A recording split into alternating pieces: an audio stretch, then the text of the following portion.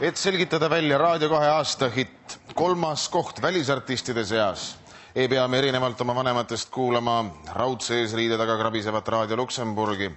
Piisab, kui kruvite ennast oma kodukoha järgsele lainepikkusele või kuulate Raadio 2 otse naabrimehe tunnussõnata Wi-Fi-võrgust. Raadio 2 aastahitt 2010, 3. koht. Meeliülendav tõehetk on nüüd käes. Raadio 2 aastahitt 2010, 3. koht läheb Manchesteri sündipopi duole, mis saavutas ka BBC Sound of 2010 edetabelis auväärse 4. koha.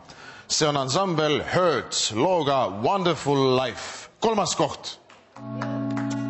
On a bridge across the Severn on a Saturday night, Susie meets the man of her dreams. He says that he got in trouble and if she doesn't mind, he doesn't want the company. But there's something in the air, they share a look in silence and everything is understood. Susie grabs a man and puts a grip on his hand as the rain puts a tear in his eye. She says, don't let go, never give up, it's such a wonderful life.